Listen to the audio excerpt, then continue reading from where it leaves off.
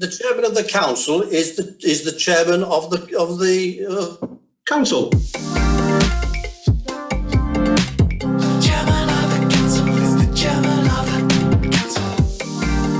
Hello again, everyone. At Women in Public Life, we believe passionately in the importance of balanced representation in public office. But what is public office?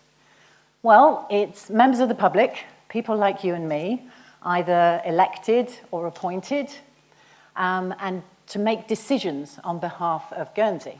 Because, 63,000 people can't sit in a room and make every decision, so we elect or appoint people to represent us. Now, I know the minute I say that, your brains have immediately gone to deputies and states members. But actually, there are all sorts of different ways of making decisions that are important to Guernsey. So the Parole Review Committee, for example, they are members of the public and they're making important decisions for Guernsey. So's the Police Complaints Commission. So's the Child, Youth and Community Tribunal. And so very much are our panel. Please could I introduce Jurat Felicity Cavatra-Malcic, Douzenaire for St Sampson's Leonie Letizier, and Deputy Tina Berry.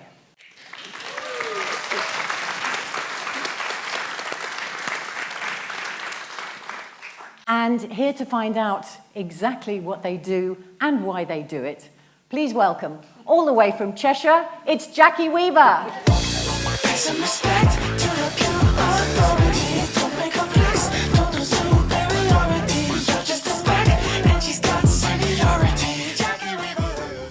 Before we get started, I just thought I want you to know this is going to be a professional job. Okay?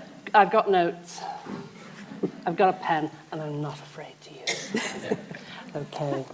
And I've got your book. In which case, this is going to be a very good experience for you.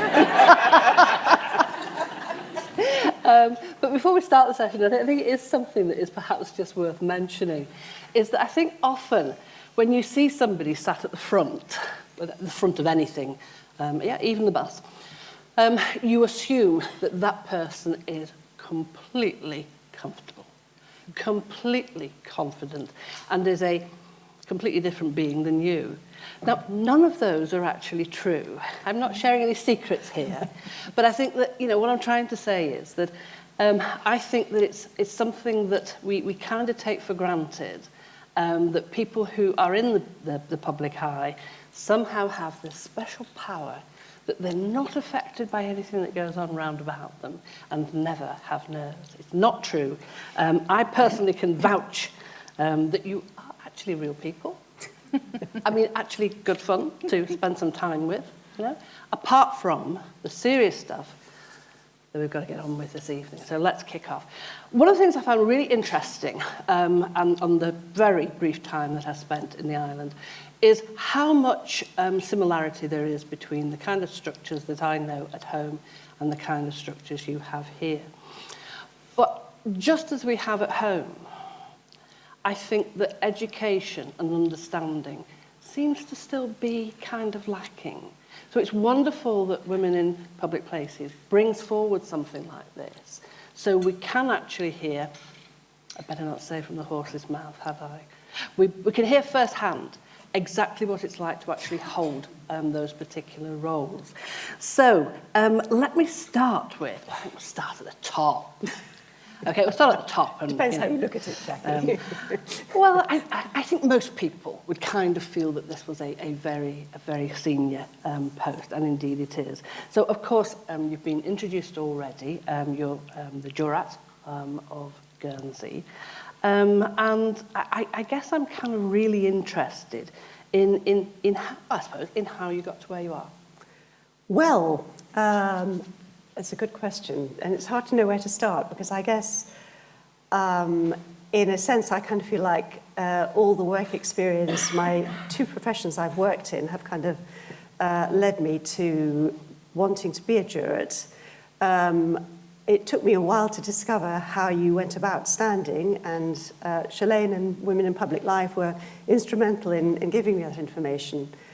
I guess my interest in the post, in the position, in serving the community in that role, has been because I've always had a keen interest in criminal justice. I was a journalist in a previous life and spent a lot of time touring various prisons in the UK, talking to people. My second profession has been as a counsellor and psychotherapist in private practice. And in both of those two professions, journalist and counsellor, it's really about an interest in people's view of the world, how individuals view the world differently, and really what prompts us, I guess, to make the decisions, make the choices we make, which of course is very relevant when sitting in court.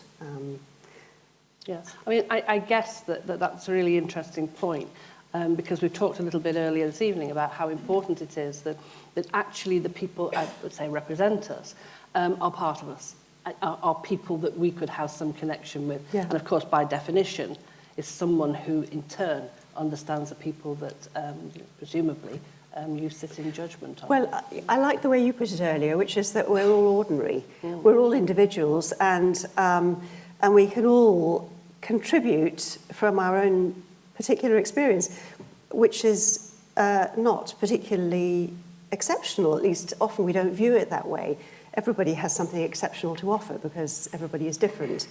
But I think that's very important, that, you know, because I guess the role of jurate, which is often compared to sitting on a jury in the UK, of course, juries are different every time, are specially chosen to sit, and as jurates, so we're 16 altogether.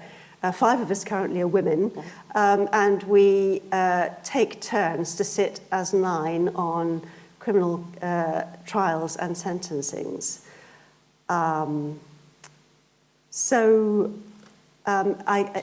It is a particular kind of activity.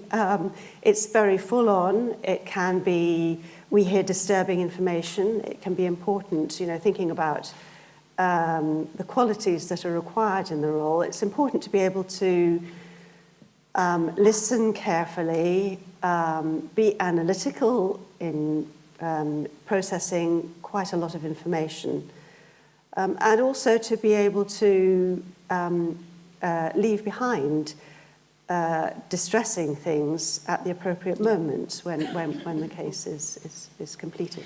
And I guess, just to pick up on something that you said there, Felicity, I don't think everybody kind of appreciates that it is actually in itself a community service, which actually sounds a bit like a sentence, but you know, it is something that you do on behalf of your community. Yes. It isn't your hobby, and it isn't something that you do because you want to get rich quick.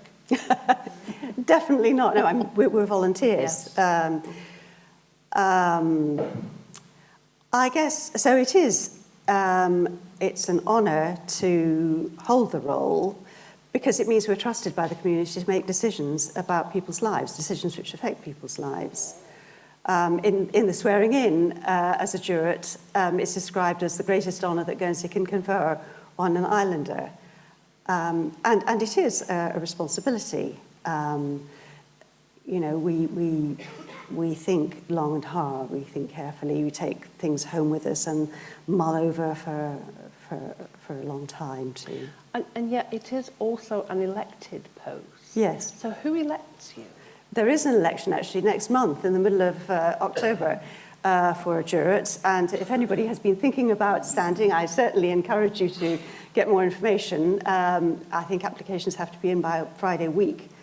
And so we're elected by what's described as the states of election, which is the deputies, law officers, douzineers, rectors of the Anglican parishes. So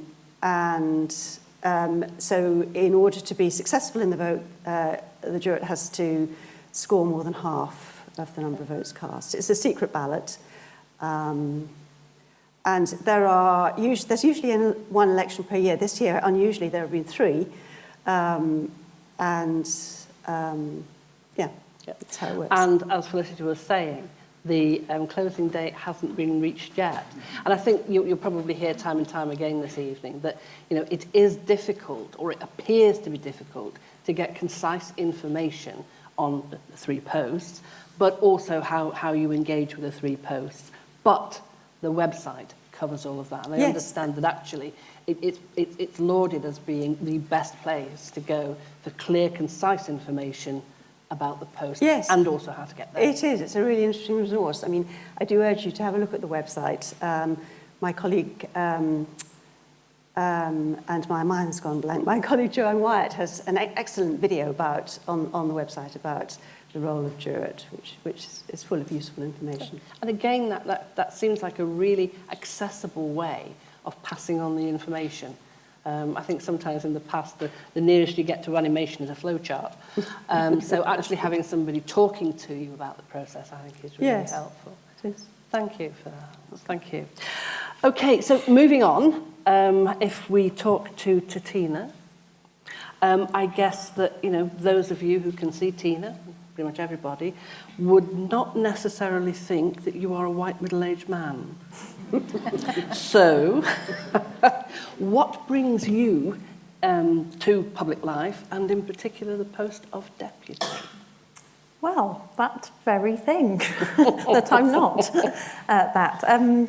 And representation. That was really important to me. And fear of not being represented, really, is what brought me to the role. I've always been involved in the community, in third sector charities, and it's been a long journey, but when I look back, now I'm here and I look back, I've always been this way. I was the one at school campaigning to be able to wear trousers, and so really, my mum wasn't surprised, even though I surprised myself.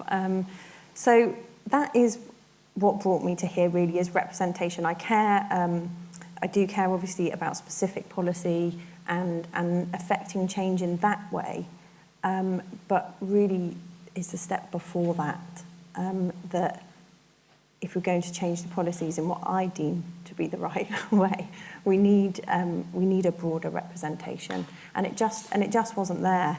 And I got involved with Women in Public Life, actually, as a committee member to encourage other women to go for the post. This is what happens when you get involved with Shalane. So beware. I was helping out with the website. I was proofreading and learning as I went along. And as the journey of Women in Public Life unfolded and I learned more and more about the role, that barrier of it's so mystifying started to just reduce, and it got less and less scary. Don't get me wrong, I'm not going to sugarcoat it. It still was scary to throw myself forward, but more knowledge made it less scary. And actually, as that time went on, the fear of not being represented became greater than the fear of doing it. So I went for it. Okay, with the results. With the results, yes. And I guess actually you picked up on something that I think I kind of mentioned earlier, and that is you were saying how you felt comfortable empowering other women to come forward, but had automatically excluded yourself from being in that powerful group. Yes, and I think what really tipped me was within the group, there were so many amazing women, and in my life I like to surround myself with great women, and every single time you have that conversation of, you could do that, and they say, no, not me, and then point at someone else and say, but you could, and it just goes round and round and round, and in the end you think, who's going to do it? So I did. I forgot what the start of the question was. No, it was that. What I was saying was, often, and I think it is a female trait, we push other people, we empower other people. But we're the ones who kind of say, but no, that wouldn't be, I wouldn't be able to do that. Yes, yeah. And I did do that until my daughter asked okay, me. that was your catalyst. Yes, I have a 12-year-old daughter, and I'm trying to bring her up to, know that she can do whatever she wants to do, and that she needn't have fear, and that she's, amazing and strong, and all these things that I'm trying to instill within her. And she asked me very poignantly why I wasn't doing it. So she called you out. She did, and the answer that I'd given to other women was not an answer I wanted to give her. It wasn't inspiring enough. So there we go. Great. And I guess that, visit the website. We keep mentioning the website, but it's still really important. I suppose not everybody immediately kind of has a mental picture of what a deputy does. And of course, now you've even made that picture more difficult because you're not, middle-class white man. So tell us really, what does a deputy look like in action? Well, it's an interesting question, and the caveat before I give the answer is this is what it looks like for me. Because I think lots of people probably think they do know what it looks like because we're probably the most visible in terms of media coverage, and that isn't necessarily always a true representation of what we're up to. But this is what it's like for me, because there isn't, Jackie, you won't believe it, there isn't actually a job description. We better get onto that. So I think probably the bare minimum you could get away with is rocking up to states meetings every 3 weeks for 3 days and voting. That isn't what I don't get the impression that's what you do. That isn't what it looks like for me. So I have taken specific roles on committees in government. So I'm the Vice President of the Health and Social Care Committee, and I'm a member of the Employment and Social Security Committee, and I'm on various subcommittees relating to those roles and other things that I'm always sticking my hands up for that I really need to sit on my hands. But I like to be involved, and I was always going to throw myself into it full on, and I have. So it's lots of meetings, lots of reading papers. My favourite part of the job is actually the committee work. Despite the states meetings are the theatre, and that is ultimately where the decisions get made. It is important, but I really enjoy the nitty-gritty work in committee of, as a smaller grouping, forming the policy papers to then bring to the states. Okay. And that's the part I enjoy the most. And I guess that, you've mentioned that you're a single mum. So that kind of blows out of the water the idea that, if you have children, you're too busy to do something like this. Yes, don't get me wrong, it's difficult. I'm lucky that she's at an age where she is just becoming that tad more independent, and she was very supportive, obviously, of me doing it. It has all consumed, my life. My bathroom's very dirty. You're obsessed with this bathroom. Well, it is, because I used to be obsessed with being clean. It is a juggling. But as you said earlier, I think as women, actually, we're really used to doing that. Yeah. There's 2 clubs in different directions, and how have you got to get everyone, and there's uniform and all that kind of thing. So actually, I think it's a very useful skill. They do say, if you want something done, ask a busy woman, don't they? So, yes, it is all-consuming, but that's how I like it to be. I was never going to do it half-heartedly. And do you have an Instagram account or something like that? I do, yes. Okay, so look out on the Instagram account for a picture of the bathroom. And let's make sure that we reassure you that your bathroom is not as bad as you think it is. Okay, thanks. One final question for me, just before we move on to Leonie, is how do you get elected? Who elects you? The people of Guernsey, the electorate. Okay. All of them, even the 16-year-olds? Yes, so that, and it was younger people that I was really trying to engage with, even though it's a bit sad that I am the deputy for younger people, because I am 38, but in the grand scheme, it was a great way to feel young, becoming a deputy. That yes, I really wanted to engage younger people in this, and I'm hoping to do that more. So my Instagram account, actually, that you mentioned, is very much trying to explain what the job is, and just warts and all, this is what we're up to. Again, to just demystify it and make it less scary. And bathrooms may have to be sacrificed. They may. Thank you, Tina. Okay, and this sounds awful. Last in the trio, but actually, I kind of get the impression, Leonie, that as a Deuxanier? Deuxanier. That's how I say it anyway. You actually hold quite a lot of power here over these two. So tell me a little bit about the role of the Deuxanier. Well, I guess with the power that we may hold is in electing a jurat, Thank you very much. I wasn't actually on the roll call for yours. You could have lied. I am on the next one, so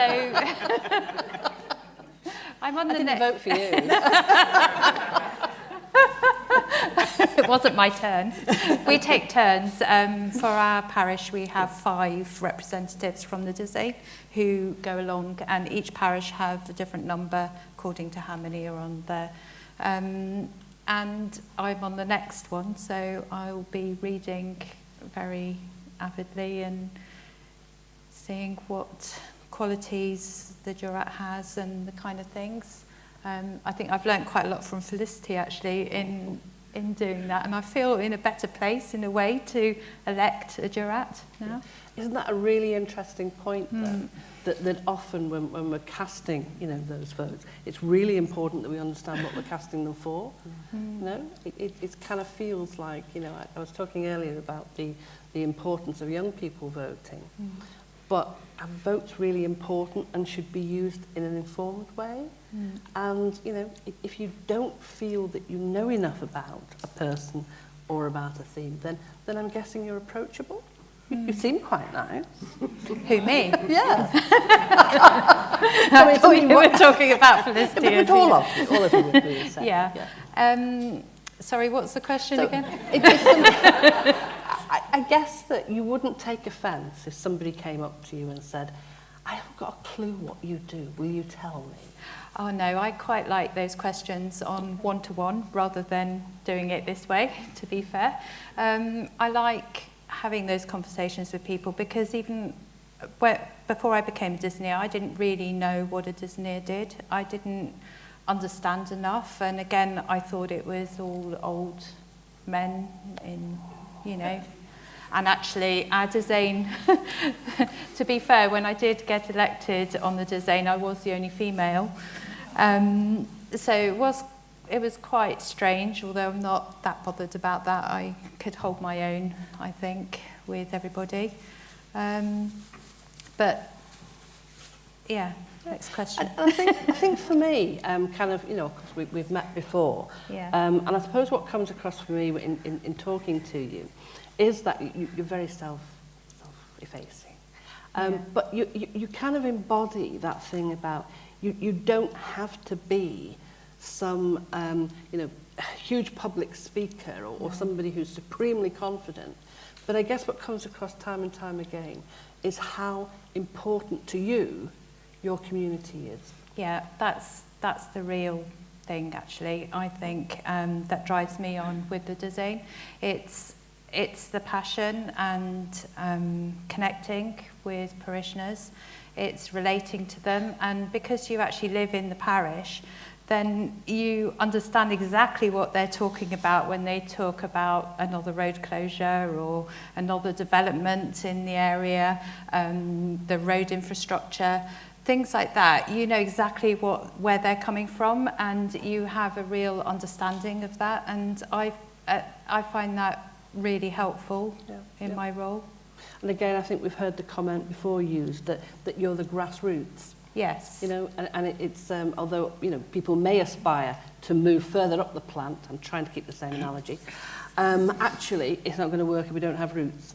No. So hugely important that we have committed people who are interested in working in those communities. Yeah, one of the, because we have several subcommittees within the Dizane, one of them is, for instance, we've set up a new planning forum group to discuss everything, as I just said before. But that's with the purpose of hearing out everybody and then trying to transfer those concerns onto our States of Guernsey planning department or other departments. So we're kind of a link with our parishioners, and I think that's what I really enjoy. Yeah. And I've asked this question of others. I mean, does it make you fabulously rich? No. No, you don't get paid for it. It purely is, you do it because you really want to do it. And actually, you may not understand everything when you first start out, but the more you go along, the more you learn, and it's a bit like an apprenticeship. In the first year, you start to understand how everything works, and it's really, really interesting. I think that was something you mentioned when we spoke before about, you know, I kind of felt a little sceptical about the quarterly elections. It kind of felt to me as if it was always a state of flux. But I think you persuaded me otherwise, that actually it's an opportunity for new designers to come forward and have time to learn the trade, as it were. So that seemed quite reassuring. Yeah, every 4 years, you stand as a designator for 4 years, and you either decide to stand for re-election or not, whatever. But you usually have, within our design, we have 3 each year, stepping down, stepping out of it, preparing for re-election, or new people to come on board as well. So it's a level playing field at that stage, which is really important as well. And I guess then it's an opportunity for anyone who really wants to get involved to look out for the next election. Yes. And to look at whether or not they're going to put themselves forward. Yeah. Lovely. Okay, thank you very much. That was great. So just kind of like one question for the three of you in close. Although it kind of is kind of dark out there, we have got a really good audience. Some of them are definitely women. Definitely. What would you say to anyone to encourage them to take that first step into local democracy? Who'd like to go first? Talk to Shalane. Seriously, I mean, I do think having the encouragement to believe in yourself and, you know, pursue your interest is just hugely valuable. So, yeah, give it a go. Okay. I would never have thought of doing it, as I said before, and I've actually grown an awful lot since I've done it as well. You don't think you're capable of doing something, but you are. And I would say to anybody who wants to become a Disneyer, come and speak to me, because that's how I like to explain more on a one-to-one. Very much a person first. Yeah, I am. Yeah. Lovely. And finally, Tina. Well, mine would be a combination of the two. But speaking to people who do the role was a real comfort to me, because actually, as we said, normal people. I met some deputies just before the election, you know, before I decided, and they had so much information to give me, and that was so helpful. But prior to that, the Women in Public Life website obviously gave me a bit of a grassroots information, and then I went out and sought my own from the people that do the job, and it was really reassuring. Lovely. Okay, so I think that you know, the nice thing about this evening is that, you know, we've been able to see real people doing the real job, and hopefully signposted the website. No, I am not on commission. A number of times I mentioned it. So website, fantastic. If you even got the slightest hint in your mind of, I might just have a look, go look. And again, the invitation was there. If anybody wants to talk about it, what it feels like at the front, they're welcome to talk to you. Yep. Okay, so let's see if we can address the imbalance that you currently have with actually us going in the opposite direction in terms of gaining seats for women. And let's pull that back so that we have more.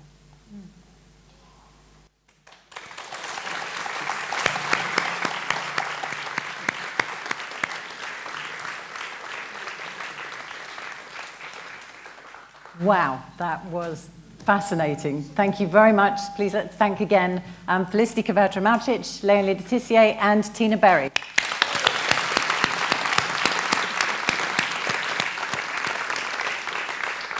And of course, as Leonie mentions, they will be out in the bar later if you want to ask them any questions.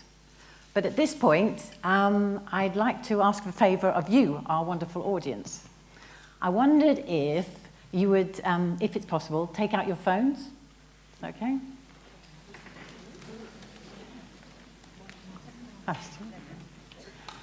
And once you've got your phone, pull up your email, and if you wish, send an email to hello@womeninpubliclife.gg, and send an email to us that just says, contact me. Doesn't have to say anything else, just contact me.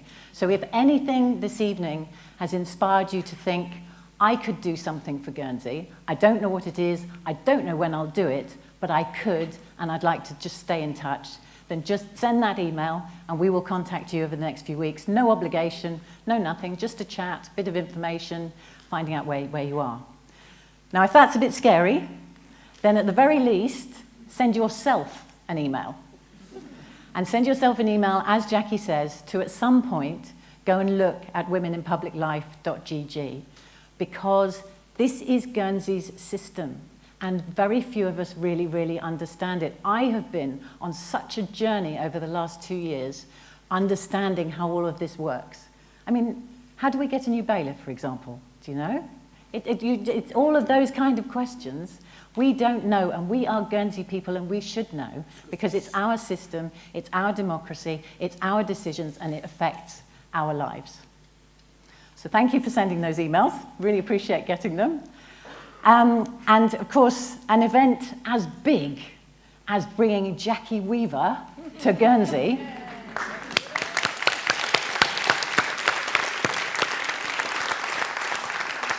I still can't believe you came. Sorry. An event as big as that doesn't happen by itself, so I do have a few thank yous to say. Firstly, to Julie and Louisa and Malcolm at the Lexicon, who have organised Jackie's first ever book signing, which will be happening here in just a moment, so thank you to the Lexicon. I'd like to thank PwC. This is their reception furniture. They don't have any at the moment, so thank you to PwC for your furniture. Thank you to the Fleur de Jardin for doing such a wonderful job of taking care of Jackie and Stuart. And to Carla Bauer, where's Carla? There you are. And to Carla, who went out with Stuart for, 3 hours doing the history tour of Guernsey. Thank you very, very much for doing that. I must, of course, thank everyone at the Princess Royal Performing Arts Centre, all of the staff team, all of the volunteers who have been stewards and the front of house. But there is one person who really needs a big thank you, and that's Russ Kellaway, our technician.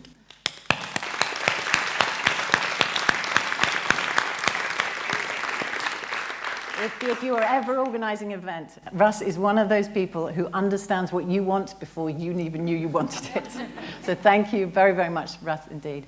Thank you to the wonderful Women in Public Life team. You've seen them all flying around the foyer doing all sorts of different roles. Thank you to the committee and all of the volunteers. You are fabulous. Thank you very much. Thanks to our audience for coming out and enjoying this evening, and I hope you've been inspired by it. But of course, the final and the biggest thank you goes to Jackie Weaver. Please come back and see us again very soon.